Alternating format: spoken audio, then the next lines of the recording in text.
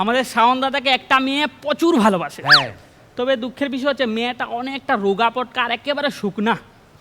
মেয়েটা শাওন দাদাকে গিয়ে বলছে, শাওন আমি তোমাকে অনেক ভালোবাসি, আমি যদি তোমাকে না পাই তাহলে আমি মরে যাব। পাশ থেকে আমার সাইফুল দাদা মেয়েটাকে বললো, মারে ছেলেটার সাইজ দেখেছিস, তুই যদি একে পাস তারপরেও মরে যাবি।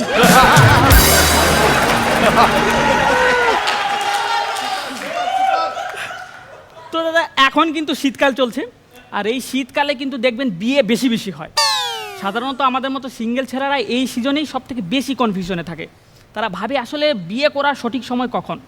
আচ্ছা বলুন তো, বিয়ে করার সঠিক সময় কখন? কখন? ধরুন আপনি খেতে বসেছেন, আপনার টেবিলে লবণের কৌটা, আপনি নিজ হাতে লবণটা ঝেড়ে ঝেড়ে নিচ্ছেন,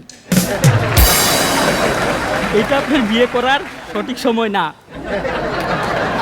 আপনি আপনি খেতে বসেছেন, সামনে লবণের কৌটা, আপনি নিজ হাতে লবণের ঢাকনাটা খুললেন, ভিতরে চামচ ঢুকিয়ে লবণটা বাইর করলেন, ইয়েস এটাই বিয়ে করার সঠিক সময়।